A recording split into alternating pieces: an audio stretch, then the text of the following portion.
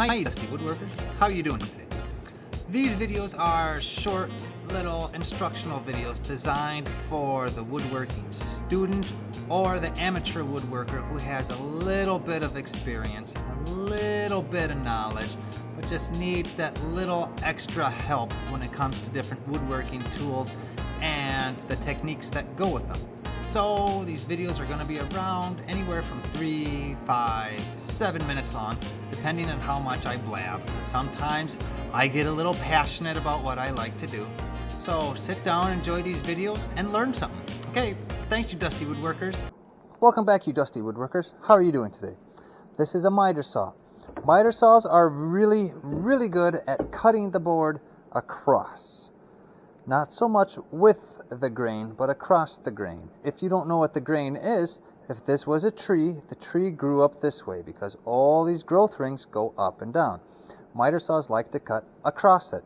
So in this little video, you're going to learn how to cut on a miter saw nice and safe.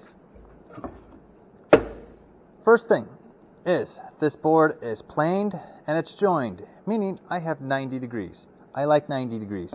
Why? Think of these power tools as, well, you. And let's say you like eating chocolate cake.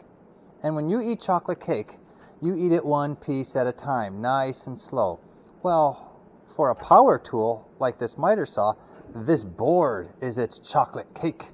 And what happens if you yourself eat chocolate cake too fast? Well, it hits your gag button and chocolate cake is in reverse. The same thing with these power tools. If you feed it the chocolate cake too fast, it doesn't like that. It makes chocolate cake in reverse. Except instead of chocolate cake, it makes hardwood in reverse. And what's the reverse of going this way? Well, it's coming at you. We don't like that. That falls in the bad things category. I have flat. I have flat. So for this board, it's really easy to cut. I'm just going to figure out where I want to cut, bring it out. I don't start it with the teeth actually contacting the board. I bring it out, up. I want to turn it on, go down slow, and chocolate cake, nice and slow. And it's going to look just like this.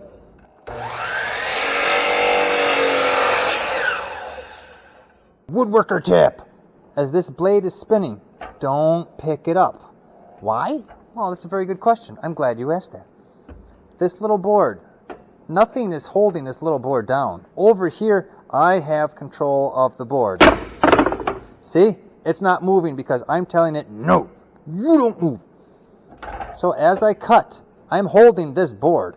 I'm holding it firm. I'm holding it down and in. It's not going anywhere. This board, though, nobody liked this board. This board, all alone, orphaned board. So, if this blade is spinning and this little board just got cut, it's right here.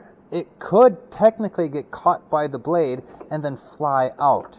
And if it flies out, that kind of is one of the bad things that happens in a wood shop. It falls in the bad things category. We don't like that.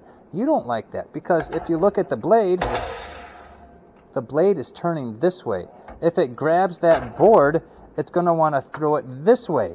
It goes this way, it has all that pent-up energy. Chances are it's going to rebound back and at you. Another thing you may have noticed is, there's the blade. I'm not standing right here in front of this blade. That blade scares me. See this motor? It's bigger than my bicep. I'm not going to win in a fight against it. So I don't cut right here. I just take a step over.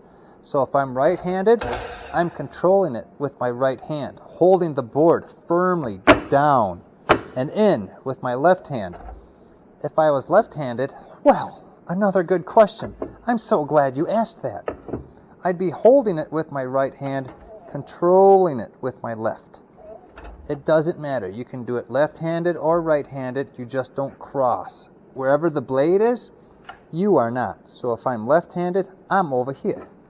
If I'm right-handed, oh look, I'm over here. Magic. Miter saw. It's nice to have 90 degrees, a flat and a flat. If you don't, you can still use it. One of the big things is keep this controlled. You tell the board what to do. This machine is dumb. It doesn't know anything. You tell it what to do. The board, dumb. Doesn't know what to do. You tell it what to do. You're controlling the board. You're controlling the cut. If you had a big, ugly, crooked board,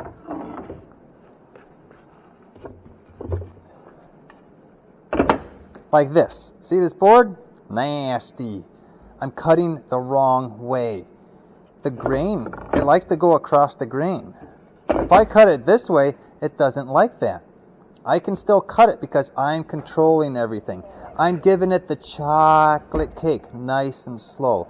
I'm holding this down and in. So if I wanted to cut this board, I can.